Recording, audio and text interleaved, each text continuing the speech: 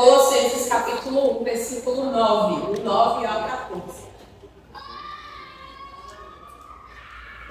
Amém? Quem achou? Amém? Quem ainda não achou? Amém, então vamos começar? Fala assim: por essa razão, desde o dia em que o ouvimos, não deixamos de orar por vocês, de pedir que sejam cheios do pleno conhecimento da vontade de Deus, com toda a sabedoria e entendimento espiritual. E isso para que vocês vivam de maneira digna do Senhor e em tudo possam agradá-lo, frutificando em toda boa obra, crescendo no conhecimento de Deus e sendo fortalecidos com todo o poder, de acordo com a força da sua glória, para que tenham toda a perseverança e paciência com alegria, dando graças ao Pai que nos tornou dignos de participar da herança dos santos no reino da luz. Pois Ele nos resgatou do domínio das trevas e nos transportou para o reino do seu Filho amado, em quem temos a redenção, a saber, o perdão de pecados. Amém? Igreja dos Colossenses.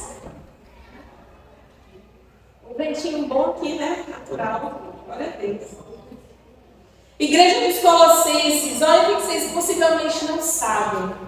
A igreja dos Colossenses era uma igreja nova, assim como essa. Nós sabemos que essa igreja aqui, ela foi iniciada através do pastor Luiz, meu sogro, pai dela, em 2017. Foi 2017, só para confirmar ali com a matriarca. 2017, né, ele deu início, era a igreja Jesus, nosso líder. E aí, após o falecimento do pastor Luiz, o Helder assumiu aqui a liderança da igreja, ele se tornou a âncora, que continua sendo uma igreja cuja liderança é Cristo, tá? Então a gente mantém a mesma essência. E aí a gente pode considerar essa igreja uma igreja nova. Por quê? Porque é uma igreja que ela está em construção em todos os aspectos. Desde a parte dos fundamentos físicos até o espiritual. É uma igreja que está buscando entender qual é a vontade de Deus para esse lugar, para essas pessoas, para que a gente venha aplicar. Porque se nós queremos agradar a Deus, a gente precisa entender qual é a vontade dele, para só então colocar isso em prática. Eu sei que nós gostamos de fazer coisas para Deus e isso é muito bom. Mas é interessantíssimo que a gente busque entender qual é a vontade dele para que a gente não faça nenhum trabalho de tolo. Qual que é o trabalho de tolo? Esse nome é forte, né? Mas são coisas que às vezes é desnecessária ou não é aquilo que o chefe, o líder, o pastor, o senhor quer que seja feito. Quando nós vamos olhar para os nossos lares, para as nossas casas, quem é que manda ali na arrumação das coisas, na organização? É o homem ou a mulher? É a mulher. Pelo menos na maioria, né? Eu sei que não é uma regra. Mas na maioria, quem é que está ali coordenando, gerenciando a casa? A mulher. Então, se o marido quer ajudar, se o marido quer fazer alguma coisa, quer que o marido deve fazer? Gi, o que você está precisando que eu faça? Não é? Por quê? Porque às vezes a Gi acabou de varrer a cozinha e passar o pano. Aí o Rafael, pastor Rafael, que está ali cuidando das crianças hoje. Pastor Rafael diz assim: eu quero ajudar minha esposa. Aí ele vai lá e varre e passa o primeiro pano no mesmo lugar que ela já limpou. É um serviço que foi inútil, apesar dele ter uma boa intenção, apesar dele querer ajudar. E dessa forma funciona em todo lugar. Então na igreja tem coisas que Deus não quer que a gente faça ainda, por exemplo. Aí a gente quer insistir em fazer. Por isso que a gente tem que buscar: Senhor, eu devo fazer isso ou não? Se sim, eu devo fazer agora ou depois. E a gente vai buscando ter paz em Deus, esse direcionamento do Senhor, para que a gente não faça nenhum serviço que venha atrapalhar em vez de ajudar o processo, a missão, né? E aí a gente está vendo aqui uma igreja nova que estava buscando essa direção. Uma igreja que no início do capítulo, Paulo estava elogiando. Ele inicia inicia a carta elogiando. E a maioria das cartas de Paulo, ele inicia elogiando. Tem algumas poucas que ele já inicia assim, quebrando tudo, brigando mesmo. Mas essa aqui ele iniciou elogiando, como a maioria das vezes ele faz. E a gente tem aprendido até que isso aqui é a melhor forma da gente conversar com as pessoas. Da gente liderar uma equipe. A gente não faz uma reunião de equipe e diz assim, já reúne todo mundo e já começa a reunião falando tudo que você fez de errado. Por quê? Porque o nosso coração se fecha. Então, se eu inicio, vou fazer uma reunião com a equipe, digamos que a festa que teve ontem, que foi maravilhosa. Maravilhosa a festa. De cada ano a gente tem se surpreendido porque tem melhorado. Digamos que a Laísa vai fazer um feedback. Gente, vamos fazer um feedback da festa.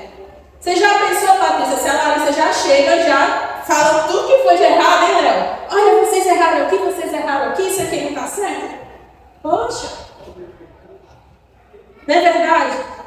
Então, esse tipo de prática não é um tipo de prática que é correto. A gente vai aprendendo a lidar com pessoas e a gente vê que as pessoas não só gostam, mas elas precisam ser reconhecidas.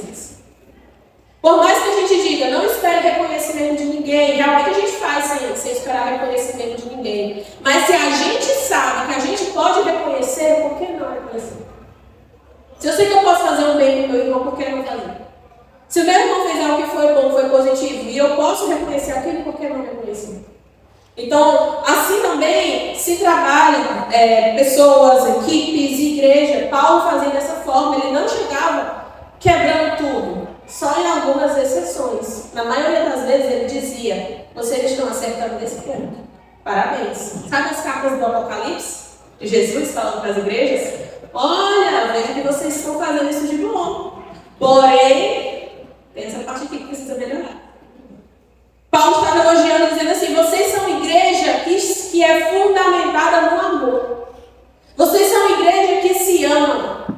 Vocês têm comunhão. Vocês amam uns aos outros. Que coisa maravilhosa, que coisa linda. Isso fortalece vocês. Isso fundamenta vocês. Porém, essa igreja estava passando por uma situação muito difícil, no sentido de não conseguirem desenvolver. Eles se amavam, eles tinham comunhão, eles gostavam de estar juntos, mas eles não estavam crescendo em entendimento. E é sobre isso que eu quero falar nessa manhã. Sobre a gente crescer em entendimento. Sobre a gente ter uma nova mentalidade. Porque o cristianismo não é apenas sobre fazer coisas. O cristianismo é sobre uma nova forma de pensar. Então a gente viu que nesse texto aqui, que Paulo estava orando por essas pessoas justamente para que elas crescessem no entendimento. Porque elas crescendo no entendimento, elas mudariam consequentemente o seu comportamento. Qual é o nosso erro muitas vezes? Vai falar dos erros. Falando nosso, também incluindo, gente. Qual é o nosso erro? A gente foca muito no externo. A gente foca muito no que as pessoas estão fazendo. Só que Deus não vê como o homem vê. Deus vê o coração. A gente foca muito no comportamento. E quando a gente vai evangelizar alguém, a gente diz logo, olha isso aí que você está fazendo errado, você vai para o inferno. Você tem que fazer assim. Sendo que o cristianismo, ele é uma construção aqui, interna. E o comportamento é só uma consequência de uma mudança de mente. Porque como o Helder muito bem falou no início do culto, se eu penso como vitorioso, eu vou ter comportamentos de um vitorioso. Se eu penso como perdedor, eu vou ter comportamentos de perdedor. Se eu penso como alguém que é santo, justificado e salvo, eu vou ter comportamentos de alguém que é salvo. Não adianta apenas eu saber, eu preciso entender e internalizar isso na minha vida. Eu preciso que isso esteja no meu coração e na minha mente. Muita gente ouve o evangelho. Você bota lá na rádio, parece que tem mais rádio evangélica do que não evangélica hoje em dia. Muita gente escuta o evangelho. E o nosso país é um local que tem muitas igrejas, muitas rádios evangélicas, muitos cantores gospel. A gente tem assim, a gente sabe que hoje em dia o meio evangélico ele está, digamos que, dominando o nosso país. Muitos evangélicos. Muitas pessoas ouvindo o evangelho. Mas agora eu me pergunto, todo mundo que ouve está entendendo esse evangelho? O que a Fernanda falou aqui durante a música é que a gente precisa entender o que a gente está cantando.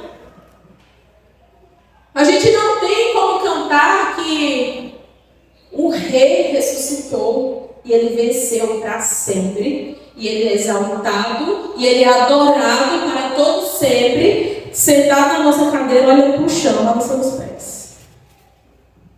Que é que eu estou cantando?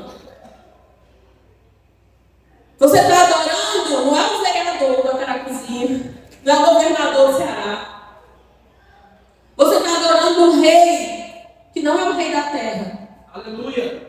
É o rei de todo o cosmos, de toda a criação, de todo o universo. Esse é o rei que nós temos adorado e que nós precisamos todos os dias se conscientizar de quem ele é. Ele não é só o nosso amiguinho. Ele é o Senhor dos senhores, o Rei da glória. E é por isso que, a cada momento que nós vamos falar com esse Deus, cantar para esse Deus, a gente precisa ter amor, a gente precisa ter a consciência de sua presença, mas tem uma coisa que a gente não pode deixar de ter: temor. Sabe, quando a gente se aproxima muito de uma autoridade, chega um momento que a gente, querendo ou não, vai se acostumando tanto com a presença daquela pessoa que a gente meio que vai diminuindo, perdendo o respeito. Já perceberam isso? Quando você está tão próximo daquela autoridade que você às vezes esquece. E aí você começa a tratar de uma forma até um pouco desrespeitosa, se você for observar a função que aquela pessoa tem na sua vida. Então algumas pessoas estão tão próximas, me incluindo, nós, às vezes nos sentimos tão próximos e tão íntimos de Deus, que esquecemos que esse Deus que é nosso Pai, nosso amigo, nosso companheiro, também é o Senhor, no qual nós devemos ter temor. Então esse Deus, nós sabemos que ele é assim por quê? Porque nós começamos a entender o Evangelho. A cada vez que você pega a sua Bíblia e lê, a cada culto que você vem no domingo, você está internalizando o Evangelho, processando esse Evangelho, entendendo esse Evangelho, colocando dentro da sua mente. E aí você pensa aqui comigo, a gente entra numa faculdade. Todos os dias você está na faculdade. Tem faculdades que são integrais. Ou então todos os dias você está lá no seu trabalho. E todos os dias você está escutando coisas que não têm a ver com o Evangelho. Todos os dias você está escutando ensinos que vão contra o Evangelho. Todos os dias você está escutando conversas que são conversas que vão contra aquilo que a gente acredita. Você pensa em você viver isso anos e anos, todos os dias. Você acha que isso não vai influenciar a sua forma de pensar? Você acha mesmo que se você encher a sua mente todos os dias de coisas que não são, como Miguel fala, de Deus, coisas que não é de Deus, você acha mesmo que se você vai conseguir se fundamentar e se manter de pé? Gente, a gente só vem para os cultos uma vez na semana, 2 no máximo, né? Que é o estudo na quinta, o culto no domingo. Você escuta aqui 40 minutinhos de palavra, quando escuta 1 hora de palavra, tem gente que acha muito, demorou demais. 1 horinha de Bíblia por semana. Aí você sai daqui e você vai assistir filmes, ouvir músicas e conversar coisas que nem nada lhe edificam. Você vai muitas vezes assistir aulas e ouvir ensinos que em nada edificam o seu espírito.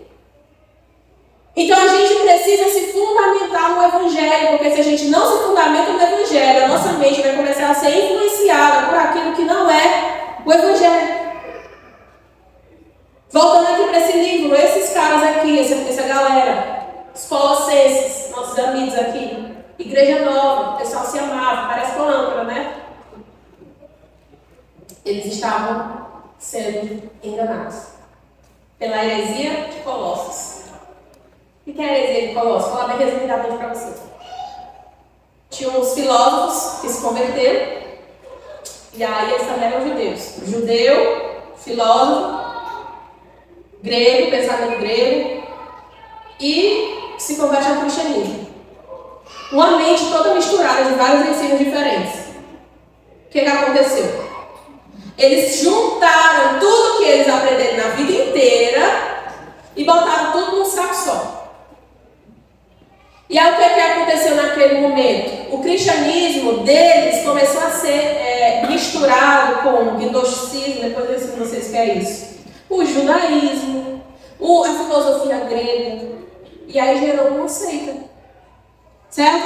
E aí essas pessoas começaram a ensinar os cristãos sobre essa seita. O que essa seita dizia? Resumidamente. Primeiro dizia que Jesus encarnado não podia ser Deus. Porque os filósofos, Platão dizia que as coisas terrenas, elas são coisas impuras. Tudo aquilo que é puro, ele está no outro, usando a linguagem nossa atual, em outro multiverso. Não pode existir nada puro aqui nesse multiverso, aqui nesse nosso espaço. Então, se há alguma coisa pura, tem que ser em outro espaço, tá? Até um copo desse, ele considerava algo impuro. Então, Jesus encarnado não podia ser Deus. Ou ele era uma enganação, não era Deus, ou ele era um espírito e não era carne. Então isso vai o quê? Bate exatamente contra aquilo que a gente acredita. Contra aquilo que aquele pessoal acreditava. As crianças lá, ó, não estão animadas para ver lá. É o Rafael e o Mário que está lá, né? Pois é, eu acho bom. Gente, peraí, eu não posso esquecer onde eu estava, por exemplo, posso. Gente, se você percebeu que tem lá o pastor Rafael, está lá com eles, né? E o Mário está lá com eles. Você sabe qual é a importância de uma criança ver homens ensinando a elas? Você sabe qual é a importância de você ver, de um Rafael, ver um homem ensinando a Bíblia? A importância de qualquer um dos filhos de vocês que estão aqui, do Levi, ver um homem ensinando a Bíblia. Porque ele pode olhar para aquele homem ensinando e dizer assim, eu posso ensinar também. Os homens da igreja se preocupam com as crianças, os homens da igreja nos ensinam. Você sabe que um dia meu filho Miguel chegou para mim e falou assim, mãe, por que o pastor Rafael e o papai só pregam para vocês, eles não pregam para a gente? Por que ano passado? Pensa que eles não prestam atenção? Prestam. Ou seja, porque já o pastor que vai também. Mas o Mário e o Rafael já estão lá preenchendo essa lacuna, que é o quê? Uma criança ter a imagem, a visão, o exemplo de um homem ensinando a Bíblia para eles. Sobretudo, principalmente nos meninos terem isso. Agora voltando para a pregação. Aí eles falavam que Cristo não era. Se Cristo encarnado não era real. Porque se ele tivesse encarnado, ele já não era mais puro. Se não era puro, não era Deus. Outra coisa, você não podia alimentar sua carne, viu? Olha, você não pode alimentar sua carne. Para a gente alimentar a carne é uma coisa, para eles alimentar a carne era outra. Para eles alimentar a carne era fazer tudo aquilo que lhe desse prazer. Então eles eram contra tudo aquilo que lhe desse prazer. Comer um churrasco, uma carne assada com Coca-Cola, do diabo.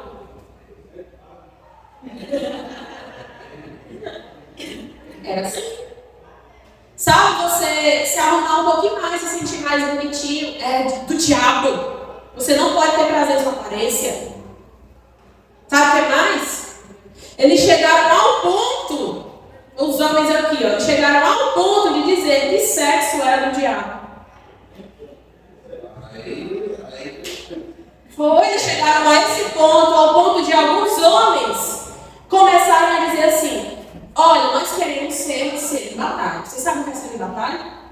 O celibato é abdicar da vida sexual. Aí Paulo dizia assim, os apóstolos diziam assim, como que você quer celibato se você é casado?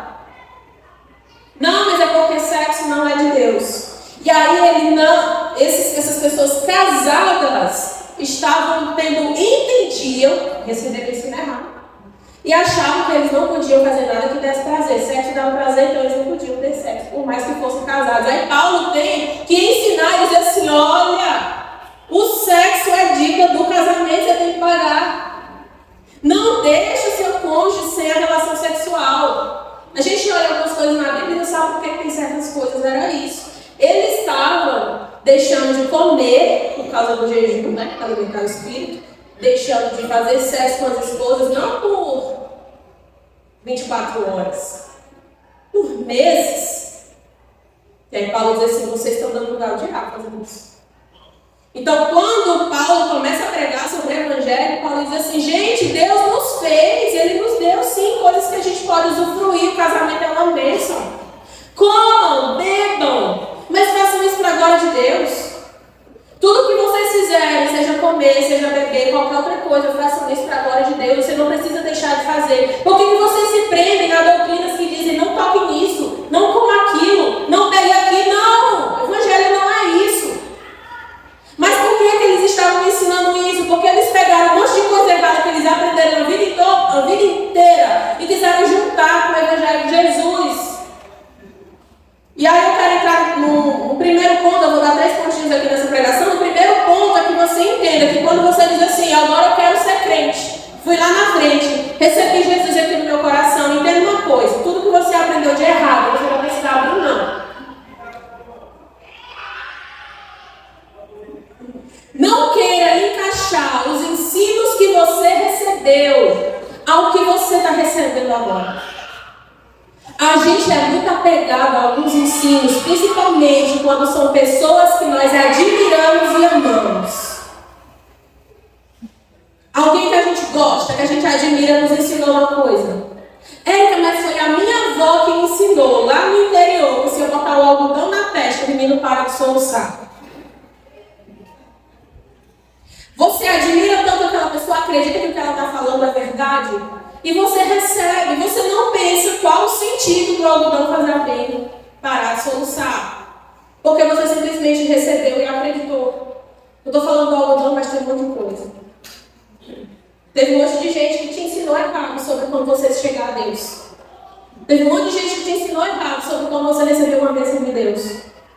Teve um monte de gente que te ensinou a fazer votos e sacrifícios para você convencer o coração de Deus a fazer alguma coisa por você.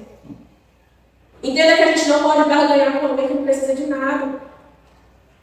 Deus não precisa da minha adoração. Deus não precisa do meu testemunho. Deus não precisa do meu sacrifício. Eu não posso dizer, Senhor, eu faço isso por ti se tu fizesse por mim. Quem nos ensinou isso? Quem nos ensinou a ter esse tipo de comportamento com o nosso Pai? Mas sabe por que a gente faz? Por que a gente coloca em prática? Vou dizer para você. É porque quando a gente conhece muito pouco da verdade, a gente aceita mentiras. Se eu conheço muito pouco sobre a verdade de algo, eu vou aceitar mentira. Eu sei um pouquinho de biologia, tá, gente? Eu fiz faculdade de biologia. Eu sei coisas básicas de biologia. Coisas de biologia.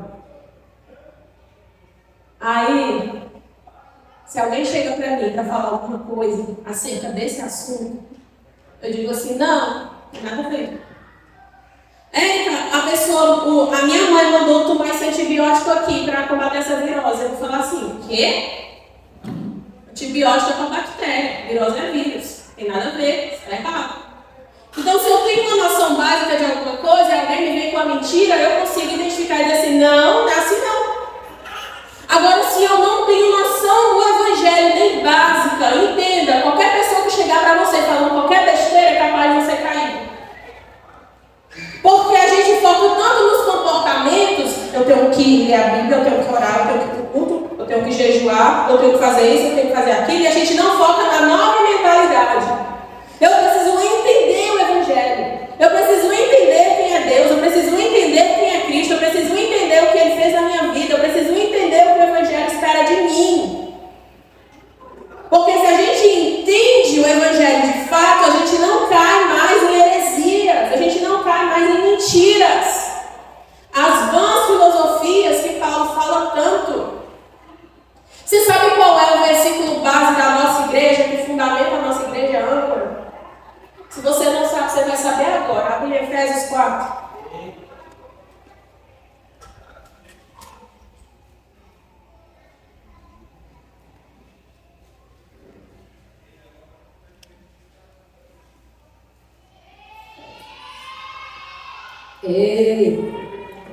Efésios 4.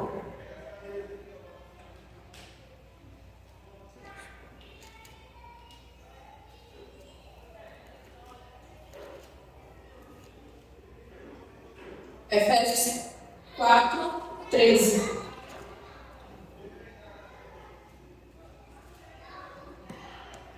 Efésios 4, 13. Eu não vou ler o trecho todo, é só o principal, viu?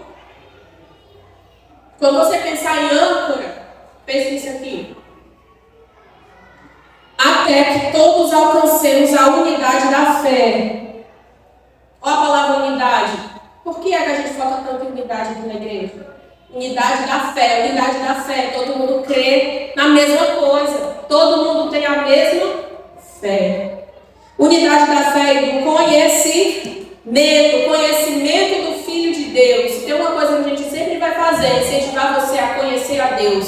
Você sabe que existem líderes que não querem que os seus liderados aprendam.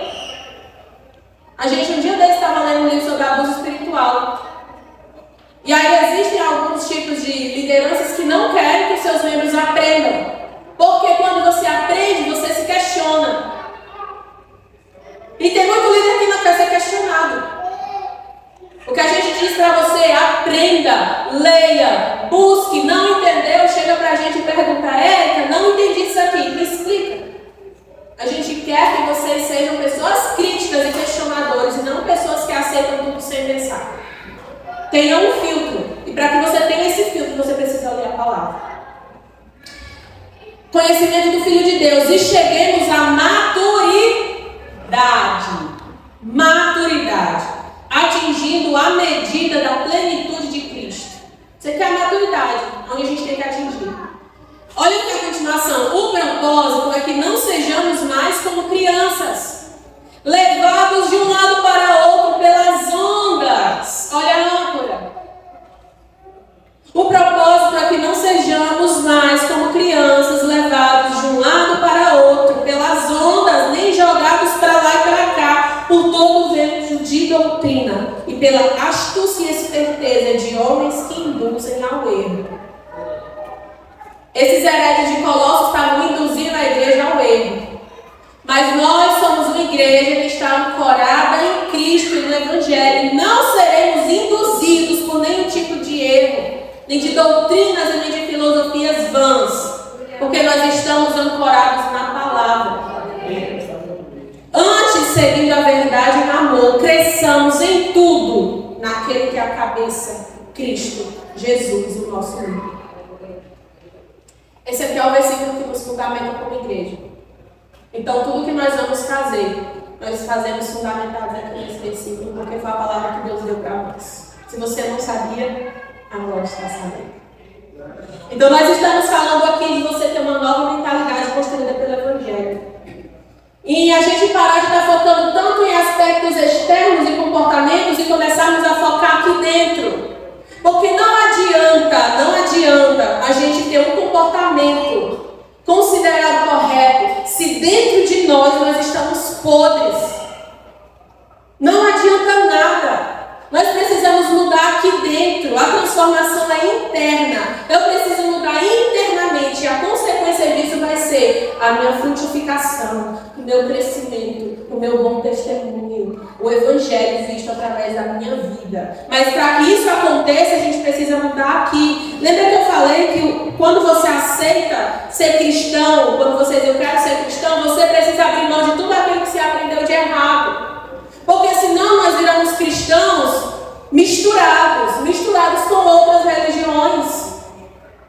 Tem muitos cristãos que já são crentes há um tempo, mas que está cheio de ensino do catolicismo, mas que está cheio de ideia das religiões afro, e está dentro da igreja. E não se deixou abrir mão e destruir esses ensinos. Porque é apegado a esses ensinos que recebeu, que muitas vezes são errados, mas que a pessoa nunca parou para pensar, porque já está tão acostumada a repetir as mesmas práticas, que nunca se perguntou, isso tem a ver com o Evangelho? Isso tem a ver com o livro que eu sigo? Então esse pessoal aqui, ele precisaria, mas esses hereges de Colossos, eles precisariam abrir mão de tudo que eles aprenderam de errado para poder ter apenas o cristianismo como fundamento. E aí ele precisaria construir uma nova mentalidade através do Evangelho de Cristo. Porque quando a gente aceita Jesus, a gente não vai apenas descartar o que nós aprendemos de errado, mas a gente precisa estar disposto a aprender o novo. Eu lembro quando eu estava fazendo o curso lá na Jogo, o primeiro curso que eu fiz, a gente teve 3 meses de aula lá, de fundamentos, chamado de curso de treinamento discipulado. Eu tive uma semana de aula sobre graça, só baseado no livro de Gálatas. E eu tive a impressão que naquele momento era como se pela primeira vez na minha vida eu tivesse entendido o que era graça. Então, mas tu não era crente a vida inteira. Mas naquele momento eu entendi o que era graça. E é como se naquele momento vários ensinos aconteceram com o Helder também, não foi, Helder? O Helder disse que sentia coisas no coração dele sendo derrubadas, sendo quebradas. E novas coisas sendo construídas. Essa experiência é o que deve acontecer na nossa vida todos os dias. Todos os dias a gente vai se deparar com coisas que nós fazemos e acreditamos que está certo, mas que na verdade está errado. E a gente precisa ter a humildade de reconhecer e se deixar ser trabalhado por Deus e dizer assim: Deus, constrói em mim uma nova mentalidade. Eu não quero pensar da forma que eu pensava, porque eu fui uma pessoa moldada a pensar como o mundo pensa. Mas eu não vou me amoldar aos padrões desse mundo. Romanos 12. Não se amoldem aos padrões desse mundo. Renova a sua mente. Renova a sua mente. Comece a pensar diferente. Comece a pensar diferente. Abra mão dos pensamentos errados. Abra mão dos pensamentos errados, porque pensamentos errados produzem comportamentos errados. Pensamentos corretos e bem fundamentados produzem comportamentos corretos. E o que são esses comportamentos corretos? São os comportamentos que agradam a Deus. O Paulo aqui na oração dele diz assim: olha, eu oro para que vocês cresçam em entendimento, para que vocês entendam a vontade de Deus e assim andem de modo digno. O que é andar de modo digno? Andar de modo digno, em outras versões assim, andar de acordo com a vontade de Deus. Em outras ele diz assim, viver de modo a agradar a Deus. Você percebe que um comportamento que agrada a Deus, antes de ter o comportamento que agrada a Deus, precisa ter o entendimento da vontade de Deus? É como eu falei no início da pregação. Eu quero agradar a Deus, eu quero andar de modo digno, eu quero viver uma vida que agrade a Deus. O que é que eu preciso fazer? Opa, volta um pouquinho. Entenda qual é a vontade de Deus. E assim você caminha na sua vida de modo digno que agrade a esse Deus. E continuando, nós precisamos entender o porquê das coisas. Você sabe o que a gente está acostumado? Isso pode levar a gente a muitos erros. A gente está acostumado a receber as coisas sem questionar o porquê.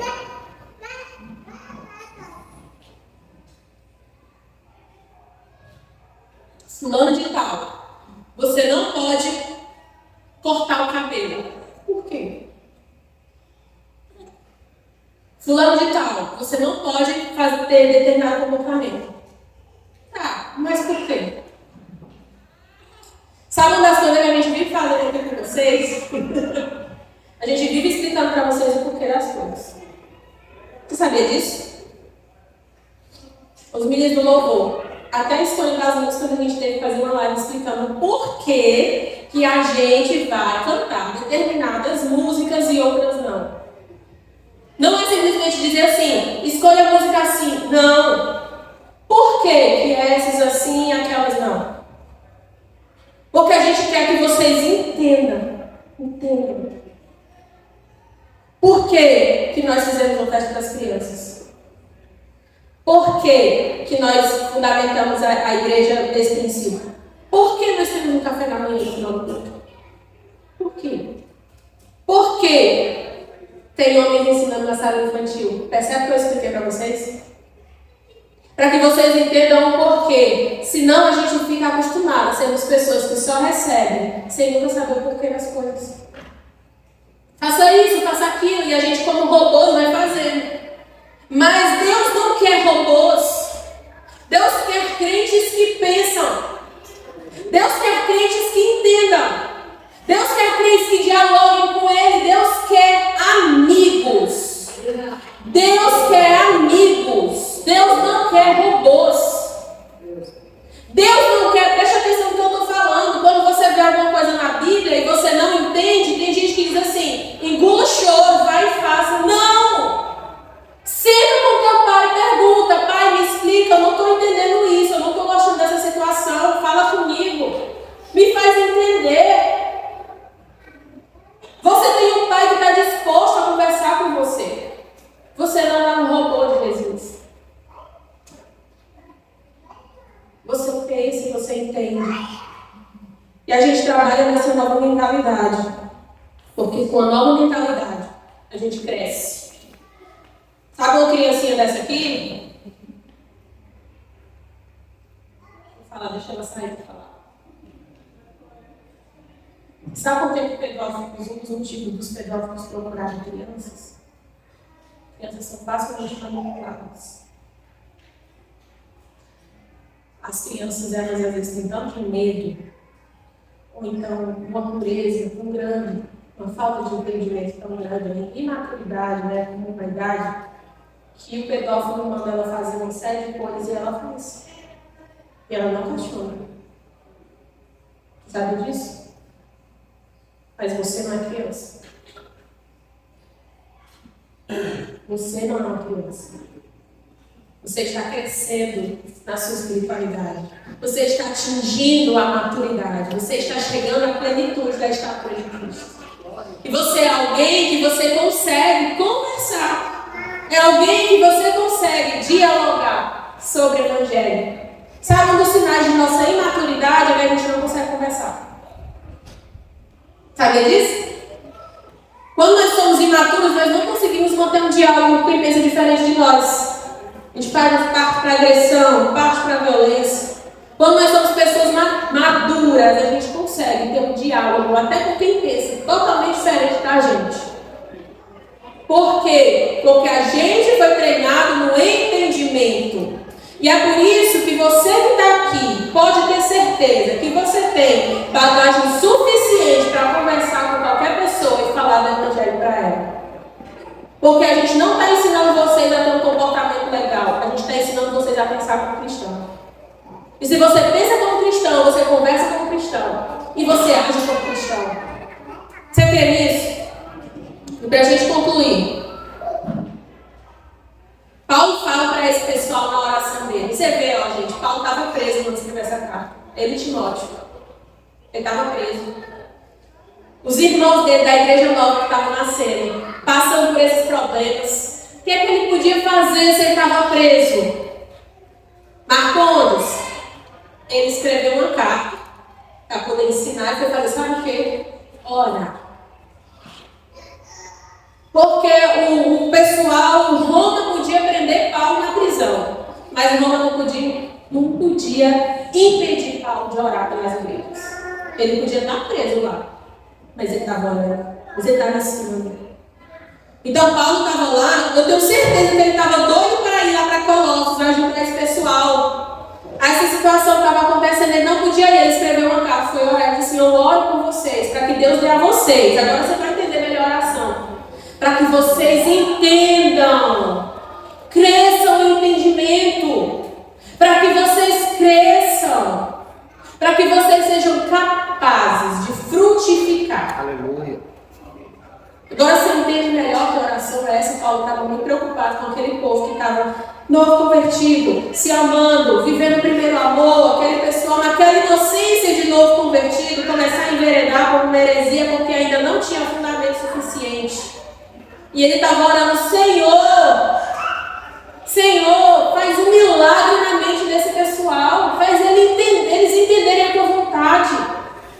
Deus, ele orava para o Senhor, para que o Senhor de alguma forma fizesse aquelas pessoas entenderem, crescerem em entendimento, para que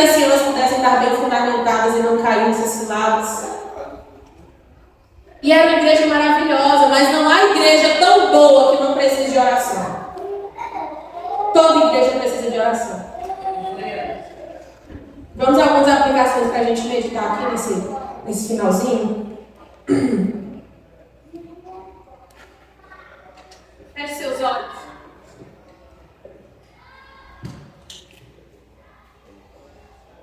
Mas feche seus olhos mesmo, feche seus olhos, vai meditando, refletindo.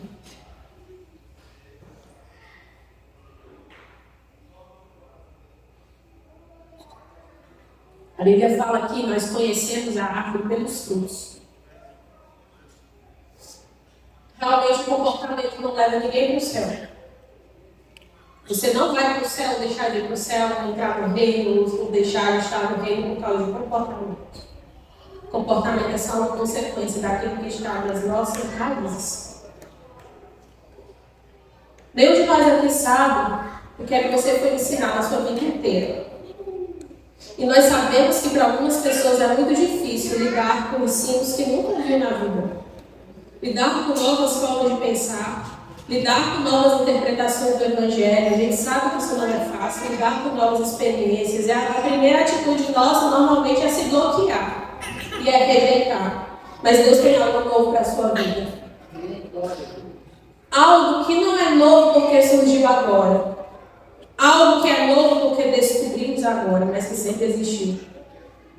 Deus tem algo novo para a sua vida. Porque Deus quer trabalhar nas suas raízes. Não foque nesse momento só no comportamento. Senhor, por que eu me comporto assim? Pergunte. Pergunte. Qual é o fundamento? Por que você pensa assim? Por que você se comporta assim?